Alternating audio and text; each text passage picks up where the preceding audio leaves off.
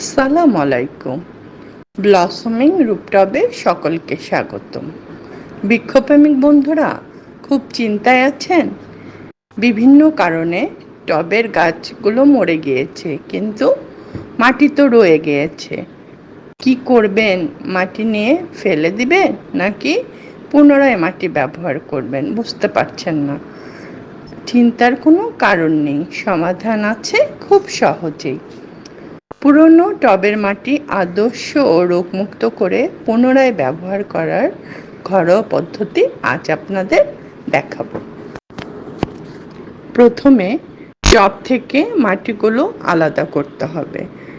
তারপর ভারী কোনো শক্ত জিনিস দিয়ে মাটিগুলো মিহি করে গুঁড়ো করতে হবে, আর আগাছা থাকলে সেগুলো পরিষ্কার করতে হবে। এভাবে মাটিগুলো মিনিমাম 2 দিন শুকাতে হবে। তারপর শুকনো মাটির সাথে কয়লা ছাই ভালোভাবে মিশাতে হবে, যাতে মাটির মধ্যে থাকা পোকামাকড় বা ফাঙ্গাস ব্যাকটেরিয়া দূর হয়।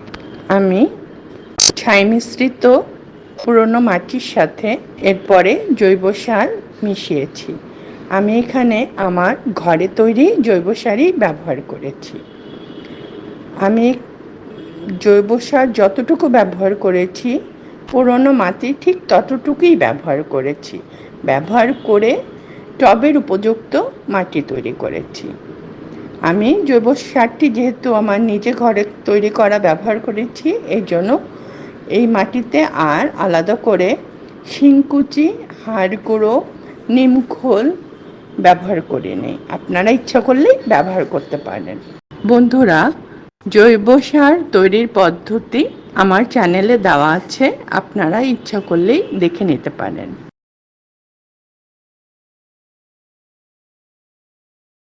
চ্যানেলটি যদি আপনাদের ভালো লাগে, সাবস্ক্রাইব করার অনুরোধ রইল।